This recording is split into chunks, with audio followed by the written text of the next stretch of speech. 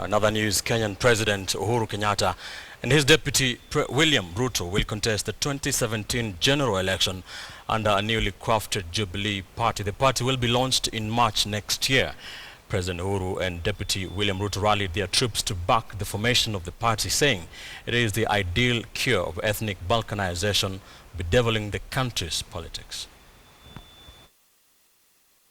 The new look vessel for the presidential pair of Uhuru Kenyatta and his deputy William Ruto for the 2017 general elections will have clasped hands as its symbol, with the slogan being "Tuko pamoja," a loose translation of "We stand together." The Jubilee Party shall maintain red and yellow as its main colors.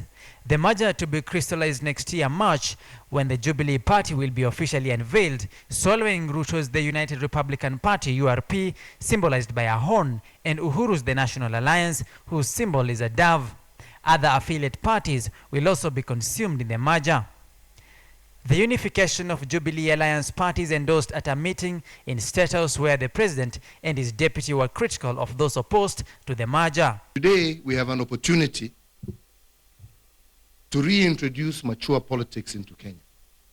Today we have an opportunity to introduce issue-based politics into our society. The best way to bring Kenya together is to start with bringing a political movement that brings all the communities of Kenya from all regions together. The only way that we will get this country in one accord. Initially, Jubilee's National Executive Committee had planned to hold a national delegates meeting at Kasarani on the 18th of December to endorse the unification and formation of the Jubilee Party. But the plans were frozen when cracks emerged on forging the merger. A case is before the Political Parties Dispute Tribunal to stop the folding up of the Jubilee parties. It is not always that you have a president and a deputy president who are friends. This is a convergence of history. So we must use this moment. We must use this moment because it is unique.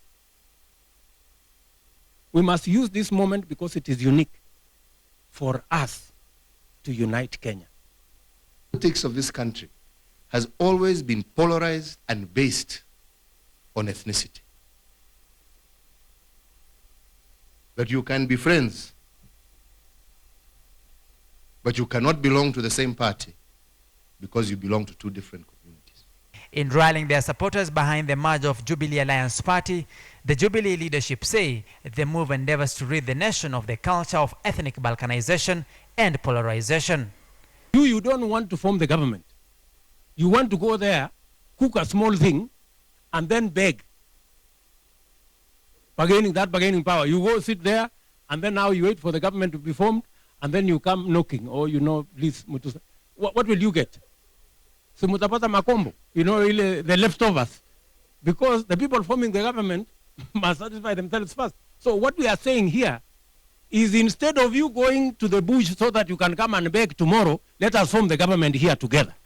We are being driven by the issues that are of concern to our people, as opposed to our tribes.